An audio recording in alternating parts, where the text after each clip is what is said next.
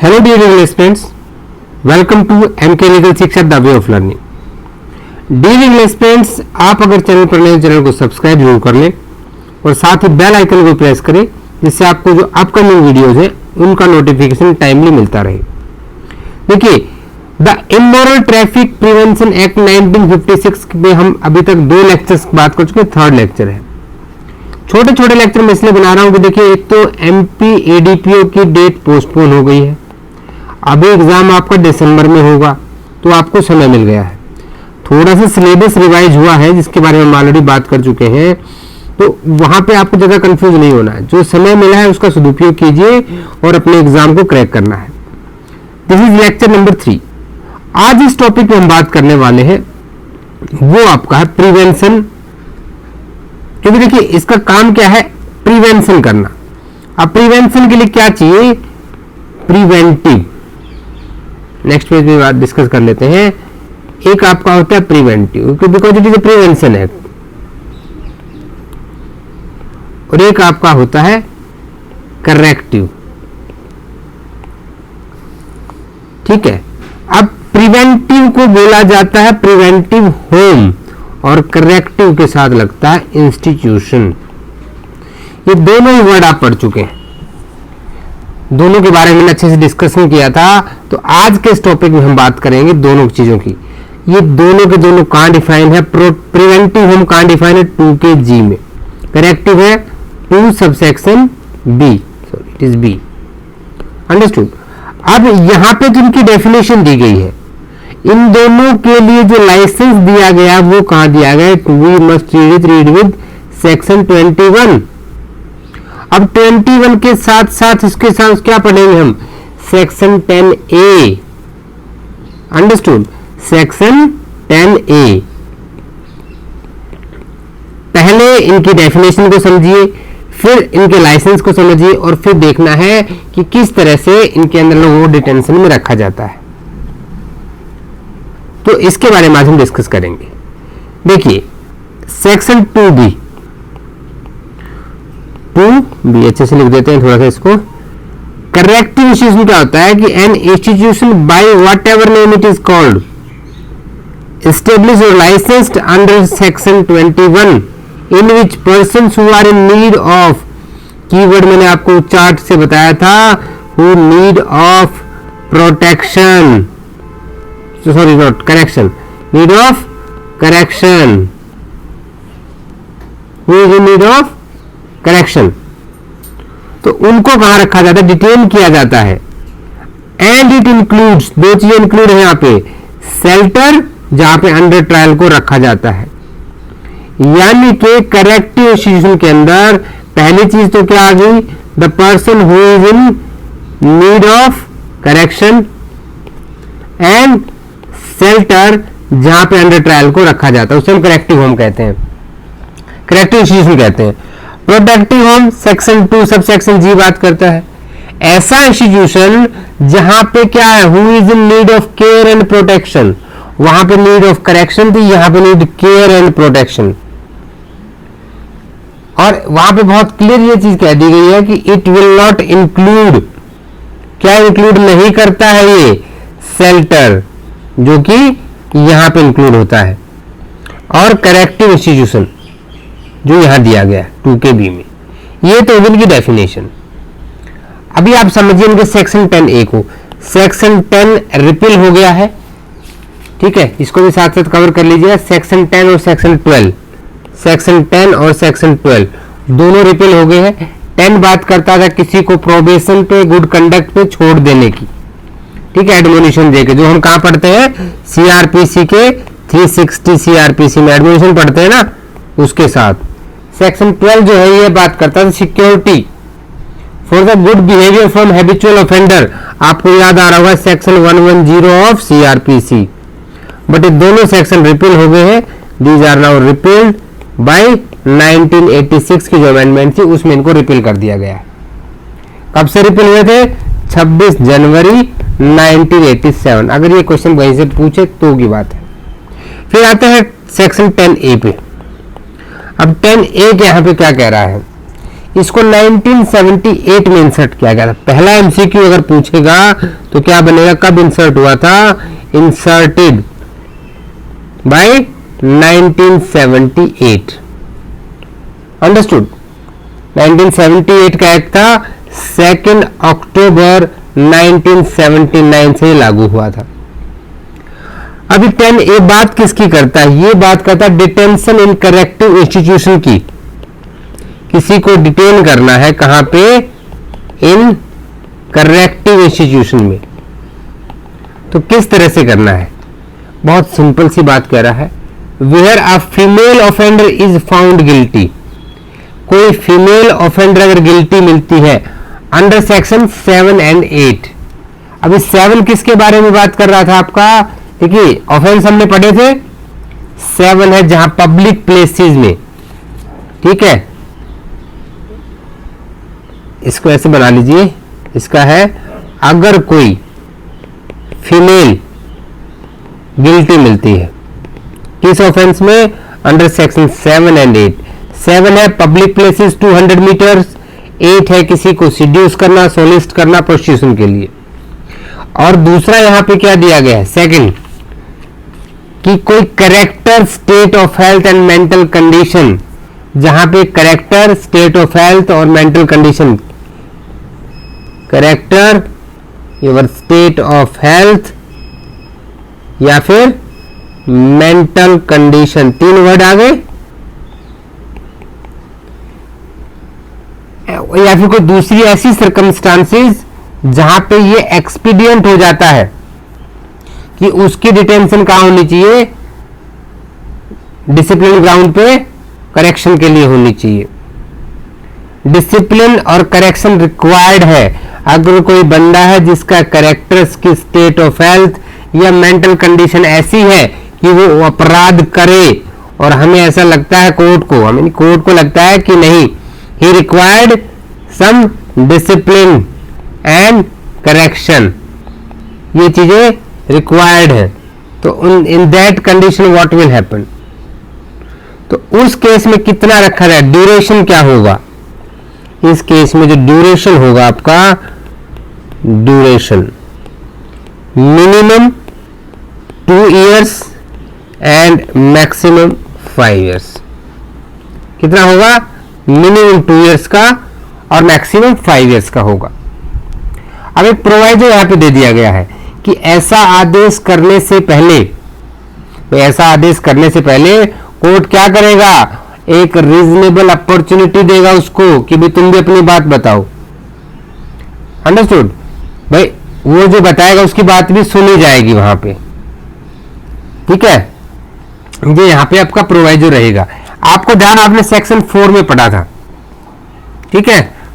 तो जैसे कि आप सेक्शन 4 किसका, प्रोबेशन ऑफेंडर एक्ट का, सेक्शन 4 प्रोबेशन ऑफेंडर एक्ट का, वहां पे एक प्रोबेशन ऑफिसर अपॉइंट होता है, उसकी रिपोर्ट को कंसीडर किया जाता है कोर्ट के द्वारा।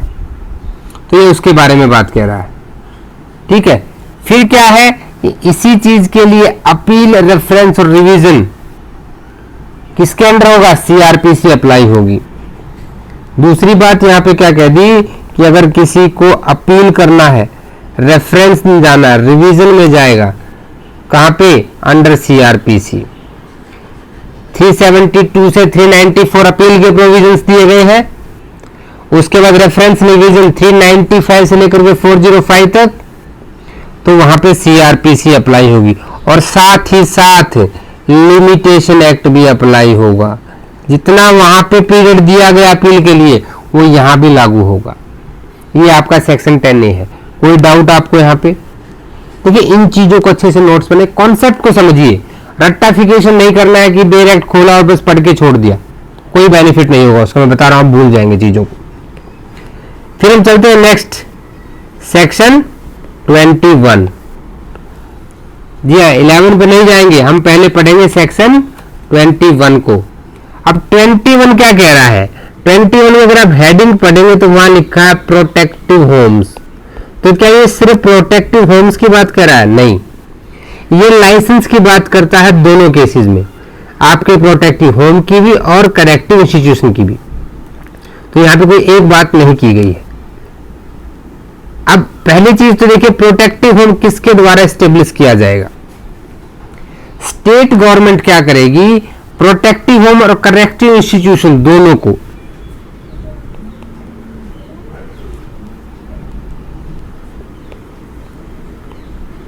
करेक्टिव इंस्टीट्यूशन कहां डिफाइन है? 2B, ये कहां डिफाइन है? 2G। ये किसके द्वारा एस्टेब्लिश किए जाएंगे? तो एस्टेब्लिश्ड बाय स्टेट गवर्नमेंट। एक MCQ तो आपका यहां से हो गया, अंडरस्टूड। स्टेट गवर्नमेंट इसको करेगी, लेकिन कोई और व्यक्ति भी कर सकता है, इसकी एक्सेप्शन भी दे रखी है।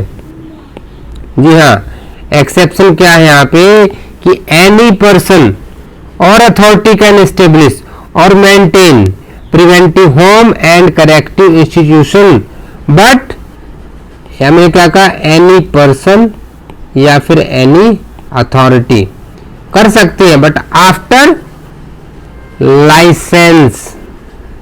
किसके द्वारा? By state government. State government से लाइसेंस लेने के बाद ही। अब यहां पे दूसरी चीज आती है कि लाइसेंस का प्रोसीजर क्या होगा। मैं अभी डायरेक्ट नहीं पढ़ रहा हूं, आपको सिर्फ कॉन्सेप्ट बता रहा हूं सेक्शन 21 का।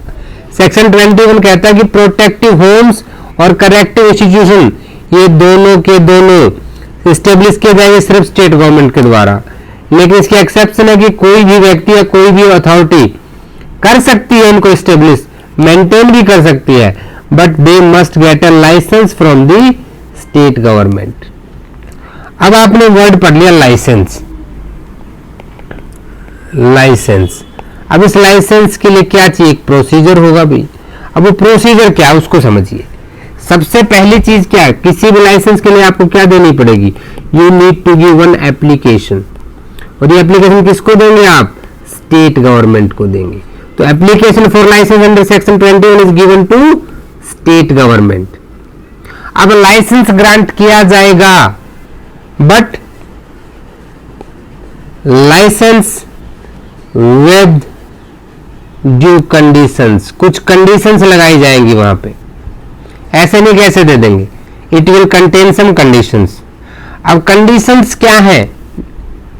दैट मे बी इंटरेस्ट की प्रिवेंटिव होम या करेक्टिव इंस्टीट्यूशन जो भी है ना, उसको क्या है कि भाई एक महिला आपको चाहिए वहां पे उसको मेंटेन करने में, ठीक है। अगर प्रैक्टिकेबल पॉसिबल है तो कंडीशन का ये पार्ट होगा कि women should be there, understood. अब क्या है? अब इसके लिए पुलिस जो भी चाहे तो आपका स्टेट गवर्नमेंट क्या करा सकता है? इन्वेस्टिगेशन करा सकता है, अंडरस्टूड। और ये लाइसेंस, ये जो लाइसेंस है, it is not transferable, not transferable. Section 21 खोलिए आपका, ठीक है। वैलिडिटी कितनी रहेगी लाइसेंस की? जितना स्टेट गवर्नमेंट डिसाइड करेगी, ठीक है। रिन्यूअल होगा, रिन्यूअल के लिए MCQ बनता है।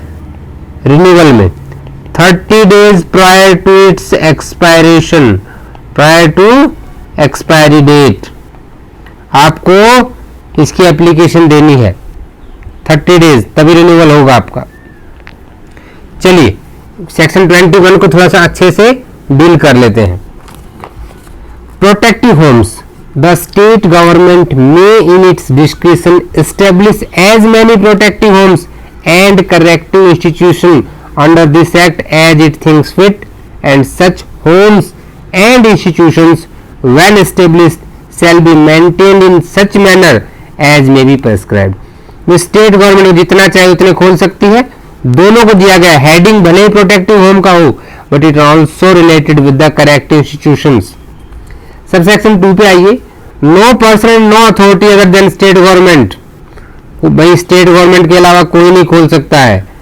After the commencement of this act, establish or maintain any protective or corrective institution except under and in accordance with the condition of license issued under this section by state government। यानी कि जो चीज हमने बात की कि कोई भी व्यक्ति कब खोल सकता है, भाई एक्सेप्शन है जब उसको लाइसेंस मिल जाएगा स्टेट गवर्नमेंट से। सब सेक्शन 3 बात करता है प्रोसीजर की, कि एप्लीकेशन दी जाएगी उस पर्सन के बिहाफ पे अथॉरिटी के, किसको, स्टेट गवर्नमेंट को। अंडरस्टूड कि हम एक प्रोटेक्टिव होम खोलना चाहते हैं, मेंटेन करेंगे। अभी यहां पे क्या है, स्टेट गवर्नमेंट को जैसा उचित लगेगा वैसी वो कंडीशन इंपोज कर सकती है। अब provided that any such condition में require that management of protective home or corrective institution shall whenever practicable be entrusted to women। हमने आपको बताया था कि वुमेन होनी चाहिए, ठीक है। नेक्स्ट प्रोवाइजर यहां पे क्या कहता है, that a person or authority maintaining any protective home at the commencement of this act shall be allowed for a period of 6 months। भाई देखिए, जब ये एक्ट लागू उससे पहले से अगर कोई मेंटेन कर रहा था तो उसको क्या करना पड़ेगा, 6 महीने के अंदर एप्लीकेशन देनी पड़ेगी। ये बात हालांकि अब तो लागू नहीं रहेगी, लागू हो चुका है। उसके बाद नेक्स्ट प्रोवाइड जो बात कह रहा है, जो 1978 में यहां पे ऐड किया गया, provided also that a person or authority maintaining any corrective institutions at the commencement of suppression of immoral traffic in women and girls act 1978 shall be allowed a period of 6 months from such commencement। इसमें 1978 में जिसमें change किया गया था उसमें भी 6 महीने की समय सीमा दी गई है। अब सेक्शन 4 सब सेक्शन 4 देखिए, before issuing a licence the state government may require such officer or authority as it may appoint for this purpose to make full and complete investigation. देखिए, इससे पहले तो एस्टेब्लिशमेंट की बात हुई थी। अब यहां क्या है कि जो स्टेट गवर्नमेंट है वो चाहे तो क्या कर सकती है कि जो इन्वेस्टिगेशन है वो की जा सकती है, किसके द्वारा, किसी ऐसे ऑफिसर के द्वारा जो स्टेट गवर्नमेंट ने अपॉइंट किया हो। लाइसेंस इशू करने से पहले स्टेट गवर्नमेंट किसी भी ऑफिसर या अथॉरिटी को अपॉइंट कर सकती है कि एक कंप्लीट इन्वेस्टिगेशन करो, ठीक है, कि जो एप्लीकेशन हमारे पास आई है करेक्टिव इंस्टीट्यूशन की या प्रोटेक्टिव होम की, उसमें हमें देना चाहिए कि नहीं देना चाहिए, ऐसी इन्वेस्टिगेशन करा सकता है। A licence unless sooner revoke. अब रिवोकेशन की power to revoke the licence, subsection 5, कौन रिवोक कर सकता है, ये भी स्टेट गवर्नमेंट कर सकती है। और कब तक कर सकती है, 30 days before it's expiration. Writing में ऑर्डर देगी, ठीक है। अगर कोई कंडीशन मैनेजमेंट नहीं फुलफिल कर रहा है तो वहां पे that preventive home is cease to function from the date of revocation, वहां से रिवोक कर दिया जाएगा, ठीक है। सेक्शन 7, 8, 9, 9, 8, 10 एक बार इनको देख लीजिए, जितना मैंने आपको बताया वही से आपका सारा एमसीक्यू बनेगा, बहुत ज्यादा डिटेल में जाने की जरूरत नहीं है आपको। अंडरस्टूड। तो ये आपका दोनों इन चीजों के बारे में था। अब नेक्स्ट देखिए, protective home and corrective institutions, इनके लिए आपने देख लिया कि प्रोटेक्टिव होम जो है वो 2G में डिफाइन है, करेक्टिव 2B में डिफाइन है। सेक्शन 10A इनमें डिटेंशन के बारे में बताता है, सेक्शन 21 इनके लाइसेंस के बारे में बताता है। इससे ज्यादा आपसे सर नहीं पूछा जाएगा। अब थोड़े से एमसीक्यू कर लेते हैं। आज इस क्लास में इतना ही करेंगे, उसके बाद नेक्स्ट में इसको पूर्ण को खत्म कर देंगे, ठीक है। अब कुछ एमसीक्यू आज मैंने बोला था आपके साथ करेंगे, तो कुछ एमसीक्यू पे चलते हैं। देखिए, एमसीक्यू प्रैक्टिस होना बहुत ज्यादा जरूरी है। पहला एमसीक्यू क्या है, विच section of the immoral traffic prevention act deals with the removal of prostitutes from any place. भाई किसी भी उसका कौन सा सेक्शन डील करता है, रिमूवल ऑफ प्रोस्टिट्यूशन की, तो कौन सा सेक्शन करता है बताइए, कमेंट्स में डील बताइए इसके बारे में कि कौन सा ऐसा सेक्शन है जो इससे डील करता है। Correct answer is section 20। Section 17 किसके बारे में बात कर रहा है, देखिए 17 तो बात करता है आपका कि कोई भी जो इंटरमीडिएट कस्टडी होती है ना किसी पर्सन की, तो सेक्शन 15 और 16 से बंदे को लेते हैं उसके बारे में। भाई आपने कहीं पे रेड मारी, रेड में कुछ बंदे आपको मिले, अब उनको किसी को हैंड ओवर करेंगे आप, प्रॉपर जो उनके गार्जियन है, उससे पहले इंटरमीडिएट कस्टडी कहाँ रहेगी, उसके बारे में सेक्शन 17 बात करता है। सेक्शन 6 कहता है कि किसी भी प्रीमाइसिस में जहां पे प्रोसिक्यूशन कैरी हो रहा है, अगर वहां किसी को डिटेन किया जाता है तो उसको अपराध की श्रेणी में लिया गया, ऑफेंस। और सेक्शन 22 क्या कह रहा है, ट्रायल्स की बात करता है, ट्रायल्स जहां पे जेएमएफसी या मेट्रोपॉलिटन मैजिस्ट्रेट इसका ट्रायल कर सकते हैं। एक क्वेश्चन में 4 चीजें डील होती है आपकी। Next question, which section of the immoral traffic prevention act deals with the seduction of a person in custody, जहां भी कस्टडी वर्ड आए तुरंत सेक्शन 9, ग्रेव ऑफेंस। सेक्शन 9 क्या है, आपका थोड़ा सा ग्रेव ऑफेंस हो जाता है, ठीक है। देखिए जब मैंने आपको चार्ट बनवाया था ना, अगर आपने चार्ट को डील कर लिया होगा तो चीजें आपको वैसे ही समझ में आ जाएंगी। कितनी पनिशमेंट थी सेक्शन 9 में, मिनिमम 7 इयर्स, 7 इयर्स जो थी वो मिनिमम थी, और जो मैक्सिमम थी यहाँ पे वो आपकी लाइफ इंप्रिजनमेंट और 10 इयर्स, ठीक है। तो पनिशमेंट भी साथ साथ याद रखनी है। यहीं पे सेक्शन 8 किसके बारे में बात कर रहा था, सेक्शन 8 भी आपका एक ऑफेंस है, जहां पे किसी को सीड्यूस या सोलिस्ट किया जाता है, किसके द्वारा, किसी वर्ड, गेस्चर, विलफुल एक्सपोजर, ठीक है। तो उस केस में क्या होता है, कितनी सजा मिलती है, अगर फर्स्ट कन्विक्शन जो होगा वो 6 मंथ एंड 500 रुपीज फाइन, और दूसरा सेकंड और सब्सिक्वेंट करेगा तो फिर उसको कितनी मिलेगी, लाइफ आपकी 1 ईयर और 500 रुपीज। सेक्शन 7 पब्लिक प्लेसेज वाला, सेक्शन 6 से डील करता है, अभी अभी आपने हमने पिछले क्वेश्चन में देखा है, किसी भी पर्सन को जहां प्रोसिक्यूशन हो रहा है वहां पे डिटेन करना। तो ये ऑफेंस की कैटेगरी आती है 3 से लेकर के 9 तक, इनको जरूर पढ़ लीजिएगा। नेक्स्ट क्वेश्चन देखते हैं, which section of the immoral traffic और prevention act deals with the rescue of person. Rescue of person से कौन सा सेक्शन डील करता है। अब देखिए 17 को हमने अभी फर्स्ट क्वेश्चन में डील किया है, ये तो इंटरमीडिएट कस्टडी की बात करता है। 14 किसकी बात करता है कि जो ऑफेंस होगा वो कैसा होगा, कॉग्निजेबल होगा। कॉग्निजेबल क्या होता है, 2C CRPC में आपने पढ़ा, पुलिस वाला बिना वारंट के अरेस्ट कर सकता है। सेक्शन 13 क्या कह रहा है कि भाई special police officer advisory body या ट्रैफिकिंग पुलिस ऑफिसर के बारे में, SPO trafficking police officer state government appoint करती है, सेंट्रल गवर्नमेंट अपॉइंट करती है।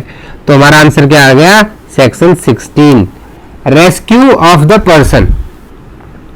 Section 25 of the immoral traffic prevention act deals with, जो सेक्शन 25 वो किससे डील करता है, कितने सेक्शन है इसमें, देखिए रेंज अगर आपने याद की होगी तो, अरे भाई 25 तो सारे ही सेक्शन है। और लास्ट सेक्शन किसकी बात करता है, रिपिल एंड सेविंग्स की बात करता है, ठीक है, ये ध्यान देना है। डिटेंशन इन करेक्टिव इंस्टीट्यूशन 10A आज ही पढ़ा है हमने। प्रोसिक्यूशन इन और vicinity of public place section 7, special police officer advisory body section 13।